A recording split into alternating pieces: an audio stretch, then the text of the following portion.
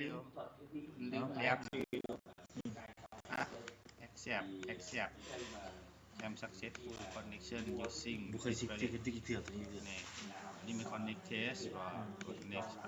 เคยเห็นไอ้ดึกฟิกเทื่อเดียวถูกห้างอันอากลัวหันแล้วก็แล้วเลยแล้วก็ห้างเองกับประเทศเชื่อมต่อเมียงเมื่อกี้เมียงมาสู้มันบอกมาสู้1 ฮอต 8โอเค 8 9 0บอก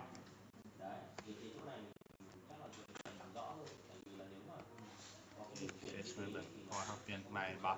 โอเคเขาจะได้อย่างนี้นับ 2G อินเทอร์เน็ตมันกำลังเช็คเมืองได้หรือไม่ได้โอเคกันติ๊กที่นิ้วได้มันบอกคลายเอ็นแมนตัวใดที่กำลังเชื่อมต่อเขาอยู่นี่บอกหนึ่งเครื่องบอกแล้วไม่เชียร์มีอย่างบอลอินเทอร์เน็ตนี่ก็หมายมันจะเบสิกกับมัน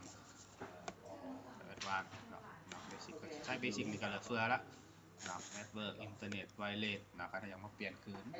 มันบอกเกจเน็ตเวิร์กอะไรก็เลยปล่อยให้ลูกค้าใช้เพิ่มอีกอันหนึ่งมา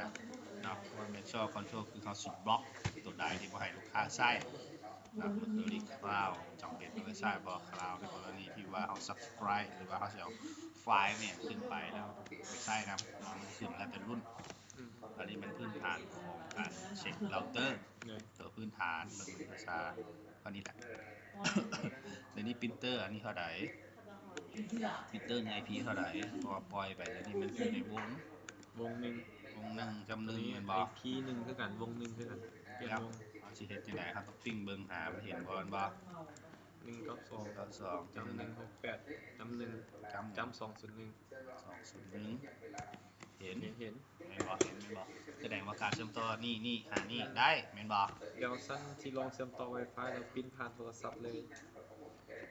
ได้แล้วแหละจะเป็นขั้นตอนเซตนี่ก็คือบุคลิก201โอเคนี่ก็จะแสดงว่าเห็นเนาะเป็น information เป็น test ได้แล้วแหละเป็น test เห็นบอกอยู่ตั้งเข้าระบบจะมีเข้าระบบเลยโอเคระบบมันต้องมีลองตัดได้ปกติ